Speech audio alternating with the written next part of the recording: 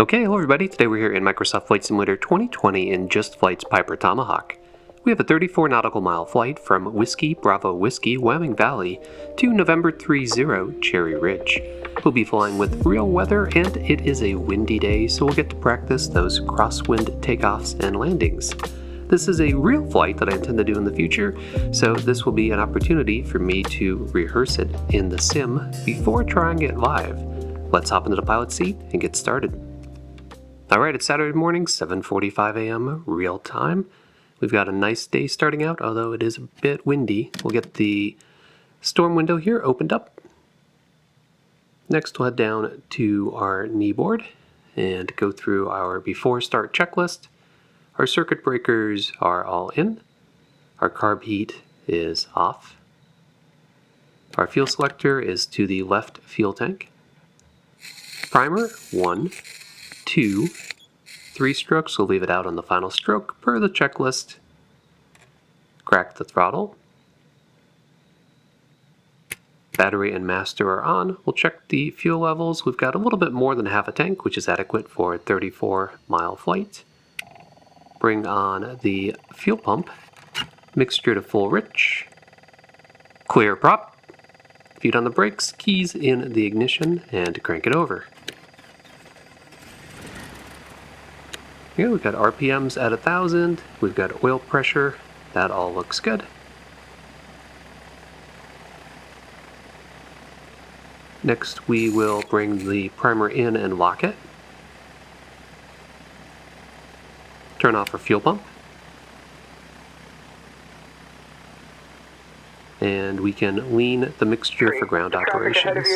Your left is going to the left. Get the avionics booted up and get the ATIS from sayintentions.ai. Traffic in sight. Let's close up that little window there so it's a little less noisy. Wilkes-Barre Scranton International Airport. Information Oscar. 1154 Zulu. 1000 at 8. Visibility 10. Sky conditions, clear. Temperature 3. Dew point 4. Altimeter 3033. Arriving and departing runways 4, 28. Visual approaches in use. Advise on course heading, altitude, and if flight following is requested. Read back all runway and hold short instructions. Advise on initial contact. You have information Oscar. Alright, 8 knots from the ATIS, which isn't too bad, although it is forecast to be pretty windy in the morning. And if we look over here, excuse me Monica, and check out the windsock, you can see it's pretty horizontal and gusty. Can't quite see the windsock here at the field. They don't always agree because one's at an elevation. So we'll check it out as we get to the run-up.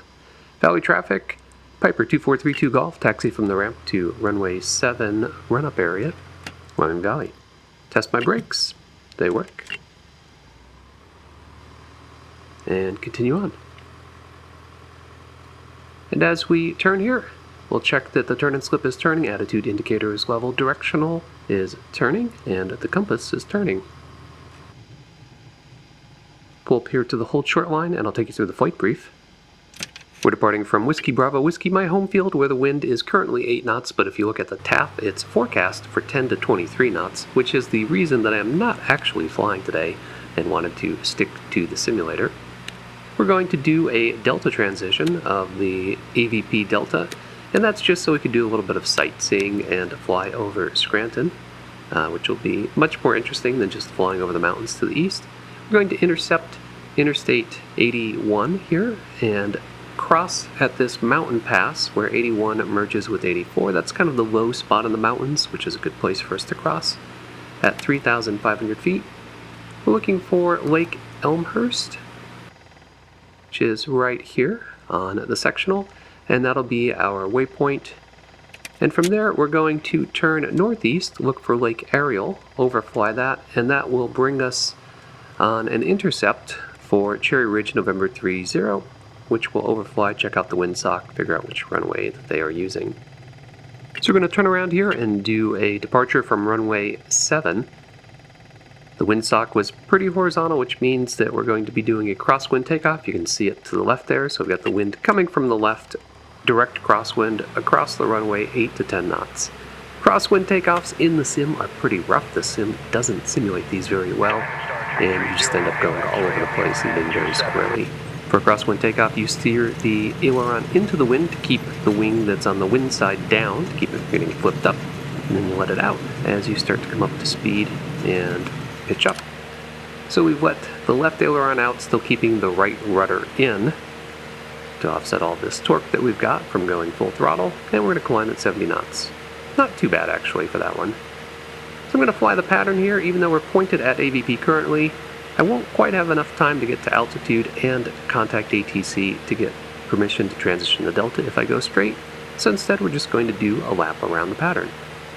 Valley traffic, Piper 32 Golf, left crosswind, runway 7, Wyoming Valley. We're just going to keep on climbing. Our cruise altitude is 3,500 for this, which is also the top of the Wilkes-Barre-Scranton Delta. Wyoming Valley traffic, Piper 32 Golf, left downwind, runway 7, Wyoming Valley. Then we'll keep on turning and turn crosswind. Wyoming Valley traffic, Piper 32 Golf, left crosswind, runway 7. We'll be departing to the east from the upwind. Final call, Wyoming Valley. Alright, we'll give approach a call once we get on the upwind. Looks for approach, Piper 2432 Golf, VFR request. Piper 32 Golf, proceed direct to fire, cleared for the approach. Negative approach, Piper 2432 Golf is requesting flight following. Piper 32 Golf, squawk 1632 and ident. 1632 and ident, Piper 32 Golf. Moving 3 Mike Charlie, contact Wilkes-Barre Tower on 120.1. Piper 32 Golf, radar contact. Over Wilkes-Barre, Wyoming Valley Airport at 3300 feet. Heading 053. Wilkes-Barre altimeter 30.33. Position checks, and Piper 32 Golf would like to transition the AVP Delta to the northeast at 3,500. Piper 32 Golf, transition approved through AVP Class Delta to the northeast at 3500 feet. Class Delta transition approved at 3,500, Piper 32 Golf. 20.1, American 1073.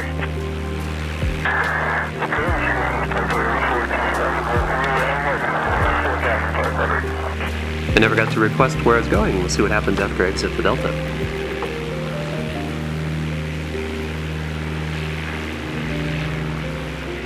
Wilkes-Barre approach, Twin Cessna 52 Charlie, 6,300 feet, descending 6,000. Twin Cessna 3752, Charlie Wilkes-Barre, approach roger. Canadensis altimeter 3024. Piper 32 Golf, what's your final? Destination for Piper 32 Golf is Cherry Ridge, November 30. Excellent, they asked.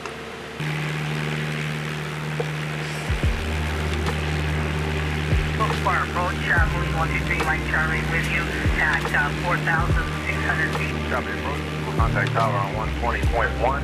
When ready for approach to 8 November 8, Danville.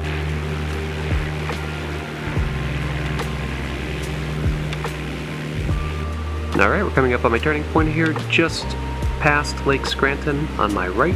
We're going to turn and follow Interstate 81. Before, cleared the visual 27. Cleared for the visual 27, United 1244. This is the lowest terrain spot in the mountains and gives me the most clearance as I'm crossing them.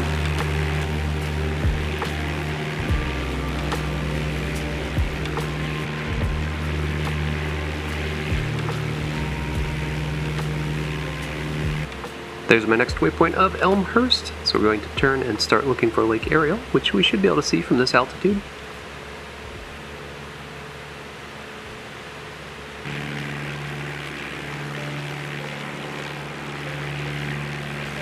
Altimeter 30.39 or 00 Bravo. Piper 32 Golf, Cherry Ridge Airport at your 2 o'clock, 5 miles. Change to advisory frequency approved. Radar services terminated. Squawk VFR. Safe flight. Frequency change approved, Squawk VFR. Thanks for the help, Piper 32 Golf. I'll hit the VFR button on the transponder, toggle it over. There's Lake Ariel just off to my right ahead.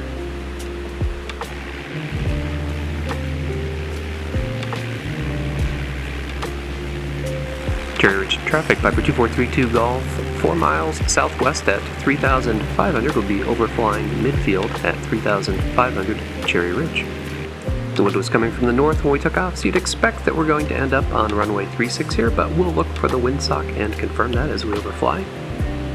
It's a bit hard to see, but it's coming from the northwest here, north by northwest. So now we're going to loop around, start descending, and because there's nobody in the pattern, I'm just going to cross back over midfield and do a brake left directly into the downwind from midfield. Cherry Ridge traffic, Piper 2432 Golf, left base, runway 36, full stop, Cherry Ridge. Cherry Ridge has obstructions on both ends of the runway with displaced thresholds on both ends for those obstructions. So it will be a little bit challenging in that we have true obstructions to clear, and we're going to use the displaced thresholds to help us do that. Cherry Ridge traffic, Piper 32 Golf, final, runway 36, full stop, Cherry Ridge. Displaced thresholds move the starting point of the runway so that the glide slope does not intersect with the obstructions that are before it. So you can't land on the displaced threshold, you have to land past it on the runway.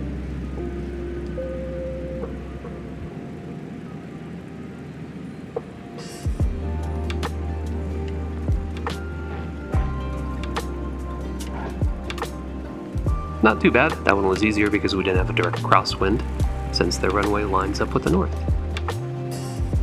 Cherry Ridge traffic, Piper 2432 Golf, clear, runway 36, taxi to the ramp.